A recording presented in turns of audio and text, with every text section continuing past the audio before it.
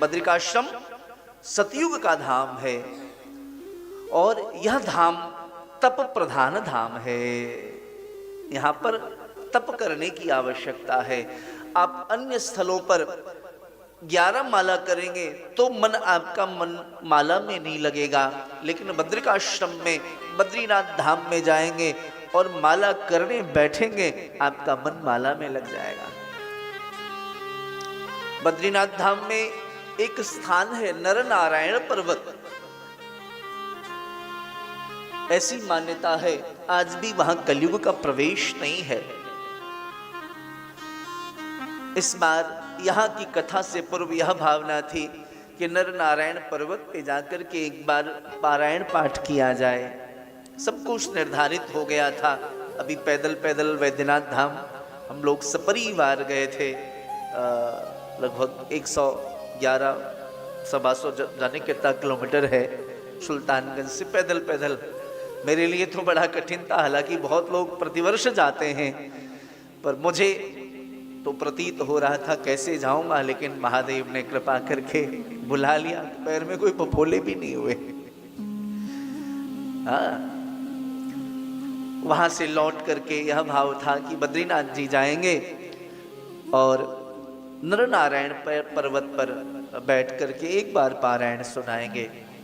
पर मध्य में गृह कारज नाना जंजाला, श्रद्धेय पिताश्री थोड़ा स्वस्थ हो गए, जिनकी कृपा से ये वाणी भगवत चर्चा कर पा रही है, तो वहां नहीं जाना हो सका। लेकिन पूरी आना निर्धारित था, ये निश्चित था। आज यह सब प्रतीत हो रहा है। तो नर नारायण पर्वत पे जब जो जीव चला जाए और वहां जो साधना कर ले, वहां कभी नष्ट नहीं होता, क्योंकि वहां कलयुग का प्रवेश आज भी नहीं है नर नारायण पर्वत पर। तो सतयुग का धाम है बद्रिकाश्रम।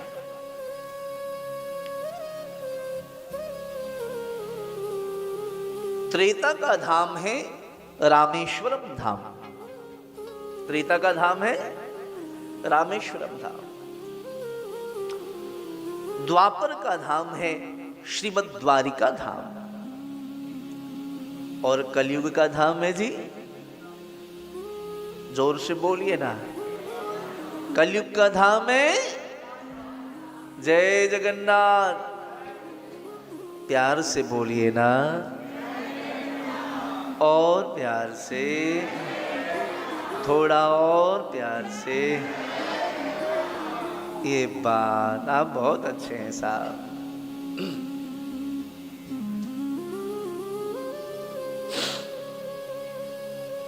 कलयुग का धाम है जगन्नाथ धाम। जो जीव एक बार महाप्रभु के दर पे आ गया, फिर उसे दर दर भटकने की आवश्यकता नहीं होती। ये कलयुग का साक्षात धाम है, कलिकाल का साक्षात धाम।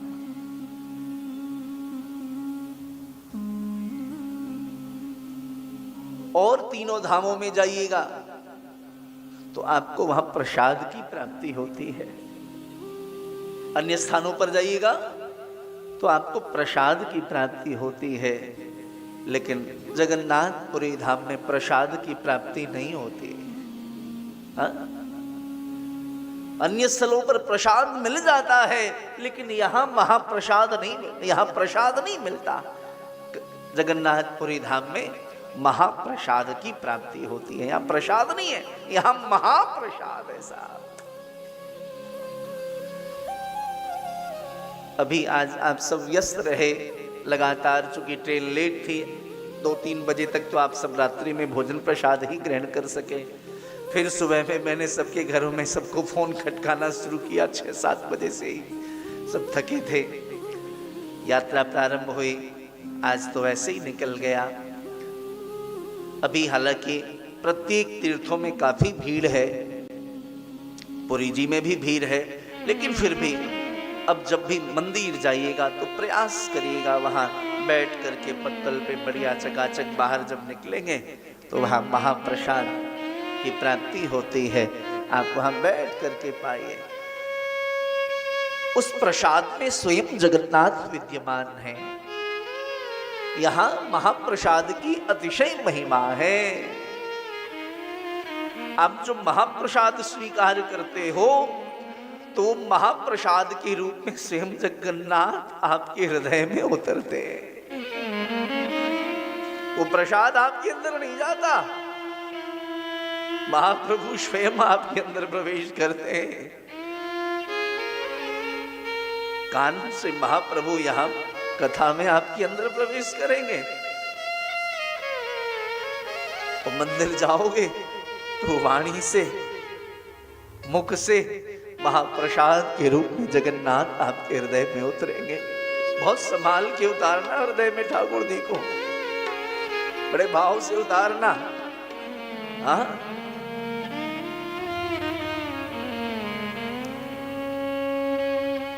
महाप्रसाद बड़ी महिमा है इसकी। क्यों महिमा है, हम आपको समय समय पर बताते रहेंगे। मेरा प्रयास रहेगा कि संपूर्ण कथा जो है महाप्रभु के चरित्र के इर्द गिर्द ही घूमती रहे, ऐसा मेरा प्रयास रहेगा। आगे भगवान जगन्नाथ जाने।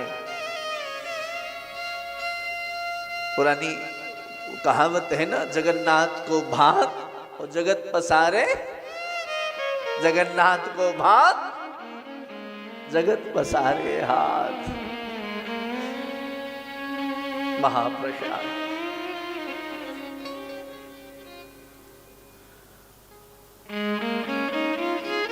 तीन रूप में भगवान विराजमान है, तीन स्वरूप में। श्री बलभद्र जी महाराज, भगवती सुभद्रा और भगवान जगन्नाथ। बलभद्र और सुभद्रा जी तो प्रत्यक्ष दिख रहे हैं, लेकिन श्री जगन्नाथ महाप्रभु कोने में छुप करके दिख रहे हैं। बड़ी बड़ी उनकी आंखें, पलके भी नहीं है साहब उनके पास, पलके भी उन्होंने हटा दिए, आंखें भी नहीं झपक सकते, पलके भी नहीं झपक सकते। आपकी प्रतीक्षा में है वो। कितने आयु हमारी व्यतीत हो गई और देखो वो पलकें हटा करके अपलक नेत्रों से प्रतीक्षा कर रहे हैं। कभी कभी तो लगता है कि हम लोग कहते ठाकुर जी से प्रेम करो, संत कहते हैं परमात्मा से प्रेम करो, गुरुजन कहते हैं ईश्वर से प्रेम करो, पर सत्य तो कभी कभी विचार करता हूं तो प्रतीत होता है हम क्या ठाकुर जी से प्रेम करेंगे, हम क्या जगन्नाथ से प्रेम करेंगे। ऐसे विषयी लोग हैं हम नहीं कर सकते।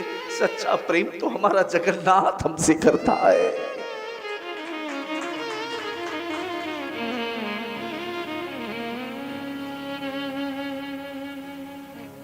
हमारा प्रेम तो दिखावा मात्र है साहब।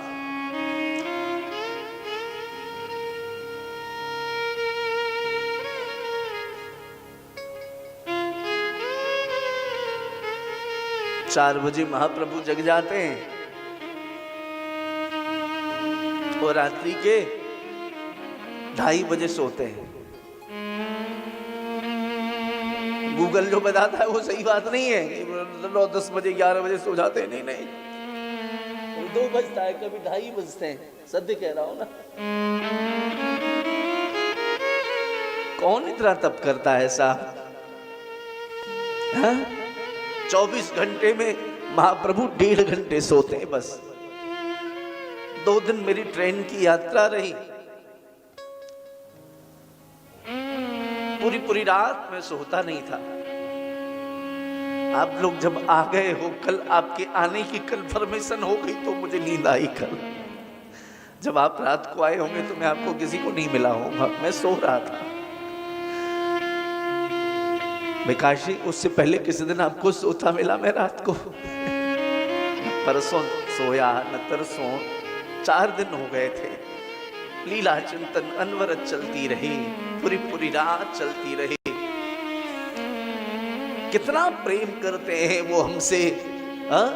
हमारी 8 घंटे में भी नींद पूरी नहीं होती और वो 1.5 घंटे में अपनी नींद पूरी कर लेते हैं।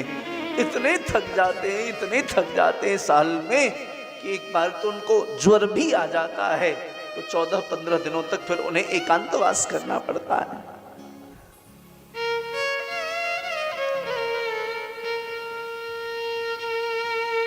जगन्नाथ महाप्रभु का जो स्वरूप है वास्तव में यह प्रेम विगलित स्वरूप ही तो है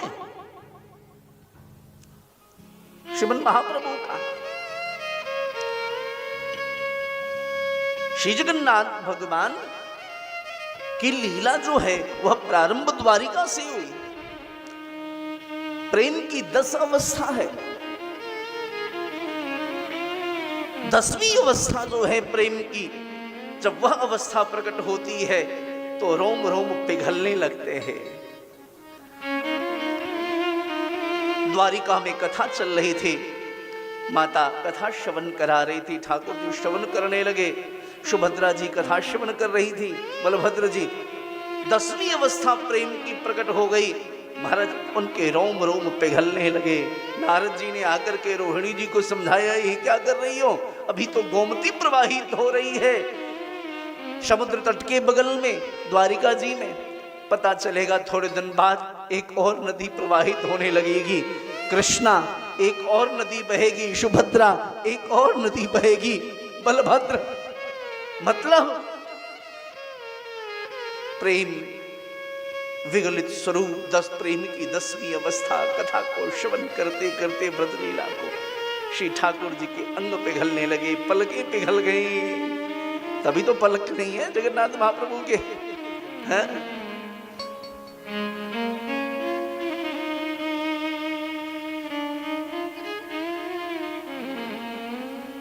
तीन स्वरूप में विराजमान है भगवान जगन्नाथ। और गुण कितने जी? गुण कितने? 3 गुण हैं, शतोगुण, रजोगुण और तमोगुण। शक्ति भी 3 है, इच्छा शक्ति, क्रिया शक्ति और ज्ञान शक्ति।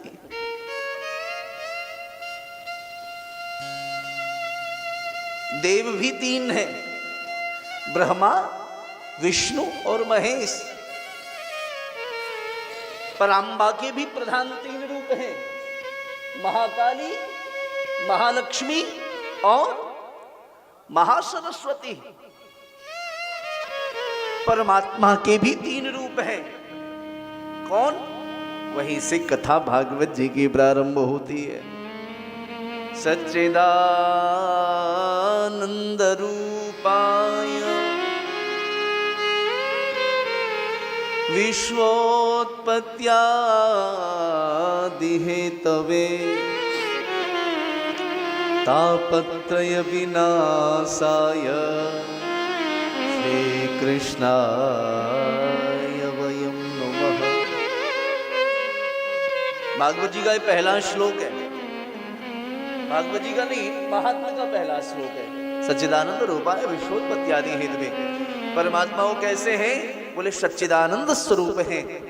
और सच्चिदानंद स्वरूप का अभिप्राय क्या? सदघन, चिदघन और आनंद घन। उन तीनों स्वरूपों का प्रत्यक्ष दर्शन भगवान जगन्नाथ महाप्रभु में है। ध्यान से समझना। सच्चिदानंद रूपाय, सदघन चिदघन आनंद रूपाय,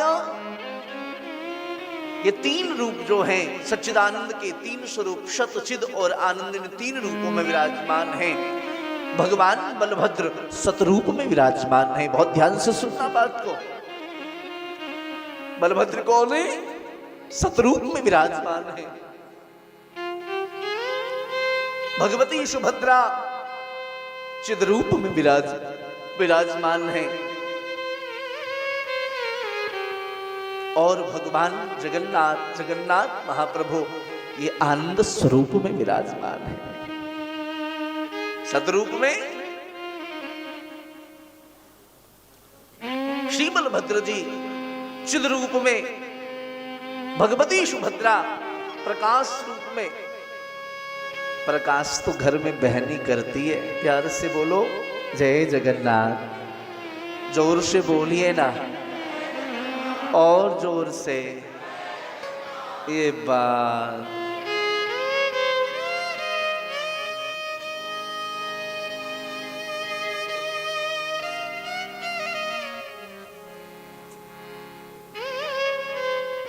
अच्छा, कन्या जब प्रकट होती है तभी घर में प्रकाश होता है। छोरे आते तो अंधकार ही लाते हैं।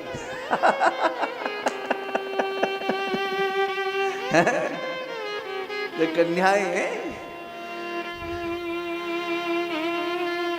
ये प्रकाश स्वरूपा है।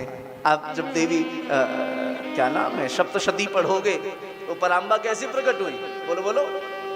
जब भगवती जगदम्बा कैसे प्रकट हुई? वहां अनंत अनंत प्रकाश प्रकट हुए अनंत आकाश में, वो सब एकत्रित हुई है ना। पढ़ाओगा अपने हिंदी सप्तशती का। सारे देवताओं के सिर से विविध विविध प्रकाश प्रकट हुए, सारे प्रकाश इकट्ठे हुए, उसी से भगवती पराम्बा प्रकट हो गई। सुभद्रा चिद्रूपा है, प्रकाश स्वरूपा है। भगवती राधा रानी भी प्रकट हुई, प्रकाश रूप में प्रकट हुई। अनंत अनंत प्रकाश पुंजीभूत हुए आसमान में, और वो एक रूप धारण करके भूमि पर आए और एक कमल पुष्प के ऊपर विराजमान हुए। वही धारा में बहने लगे। जब धारा में वो कमल के पुष्प बहने लगे तो महाराज वो धारा ही राधा के रूप में परिणत हो गई, वो प्रकाश ही राधा के रूप में परिणत हो गई। तो भगवती सुभद्रा चिद रूप में है, अर्थात प्रकाश स्वरूप में है। जो जीव उनके आंखों से आंखें मिला लेता है उसका जीवन प्रकाश से प्रकाशमान हो जाता है, प्रकाश से प्रकाशित हो जाता है। और तीसरा स्वरूप है भगवान जगन्नाथ का। ये जगन्नाथ आनंद स्वरूप है। नंद स्वात्मजौतुपन्ने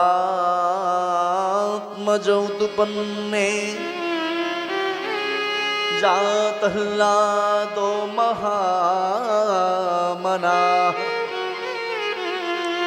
आहूय विप्रान् वेदज्ञान स्नातः सुचिरलंकृतः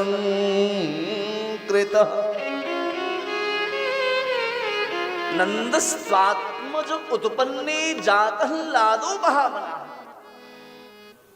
नंद के यहां कृष्ण प्रकट नहीं हुए, आनंद प्रकट हुआ, आह्लाद प्रकट हुआ। जगन्नाथ जो है आनंद स्वरूप है।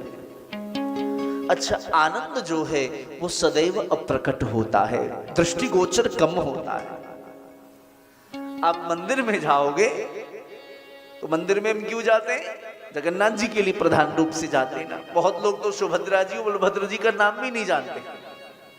आम जनमानस, आम जितने यहाँ पर श्रद्धालु दर्शन के लिए आते हैं, आप पूछोगे तीन रूप में कौन कौन है तो 80% जो भक्त हैं वो ये भी नहीं बता पाएंगे कि तीन स्वरूप कौन कौन से हैं। तो उसमें प्रधान स्वरूप है भगवान जगन्नाथ का, और उन्हीं के दर्शन के लिए जाते हैं। आप तो हो आए जालान साहब, आनंद जी भगवान जगन्नाथ सबसे कोने में छुपे बैठे थे कि नहीं? एक कोने में आपको बलभद्र जी का दर्शन हो जाएगा, सुभद्रा मैया का दर्शन हो जाएगा, लेकिन जगन्नाथ जी कोने में छुपे बैठे हैं। जब आप बाएं तरफ जो खंबा है उस खंबे को जाके पकड़ोगे, ऊपर उचकोगे तो कोने में जगन्नाथ जी का दर्शन होगा। हाँ?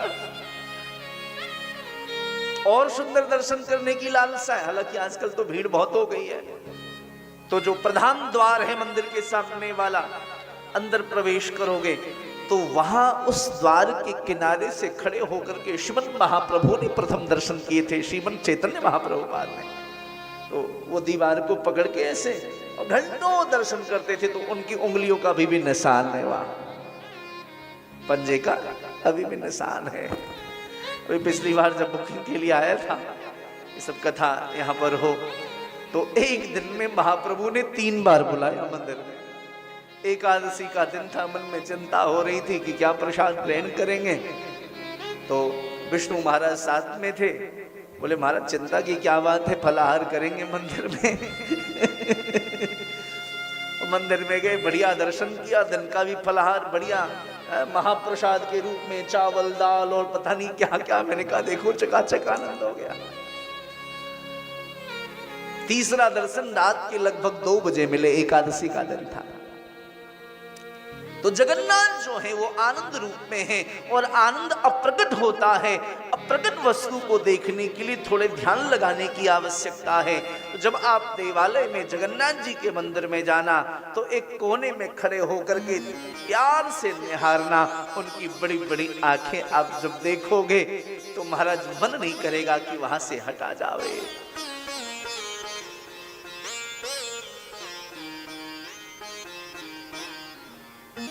अच्छा, एक और बात, भगवान जगन्नाथ जो हैं ये कृष्ण ही तो हैं और ठाकुर जी बिना श्री जी के कहीं नहीं विराजते, कहीं बिना राधा रानी के नहीं विराजते ठाकुर जी। पर यहां तो बलभद्र जी और सुभद्रा जी हैं, दोनों भाई और बहन विराजमान है। श्री जी का है, राधा रानी का है। देखो, भगवान जगन्नाथ के जो ऊपर का भाग है ये जगन्नाथ जी का स्वरूप है और कंठ से नीचे का जो भाग है वह भाग श्री जी का भाग है। ये जो दर्शन है ये नीचे का भाग श्री राधा रानी है। हाँ? वृंदावन में आप जाओगे, श्री बिहारी जी के बगल में एक छोटे से रूप में भगवती श्री राधा रानी विराजमान है। वो नेत्रों से दृष्टिगोचर नहीं होती लेकिन उनका आसन रखा गया है। हालांकि दोनों मिल एक ही भय, श्री राधा वल्लभ लाल, लेकिन फिर भी उनका स्वरूप है राधा वल्लभ जी में भी, श्री राधा रमण जी में भी। लेकिन जगन्नाथ जी में ऐसा कुछ नहीं है। तो श्री जी है का, तो जो नीचे का जो भाग है ये नीचे का भाग भगवान जगन्नाथ का, ये श्री राधा रानी है। इसलिए आप गौर करेंगे ऊपर का भाग पुरुष रूप में है और नीचे का भाग स्त्री रूप में है। लहंगा फरिया पहन करके अलग स्वरूप में विराजमान है, श्री जी है। और सत्यता यह है, श्री कृष्ण का हृदय ही तो श्री राधा तत्व है। श्री कृष्ण का जो हृदय है वह श्री राधा तत्व है और वह परिलक्षित भगवान जगन्नाथ के दिग्दर्शन करने से होता है, दर्शन करने से होता है। तो हम सभी परम सौभाग्यशाली हैं, इस पावन पुनीत मास में श्री ठाकुर जी की यह अनुपम कथा श्रवण करने का हमें अवसर मिल रहा है। सच्चिदानंद रूपाय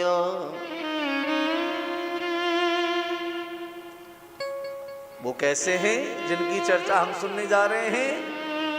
बोले सदस्वरूपाय चिदस्वरूपाय आनंद स्वरूपाय।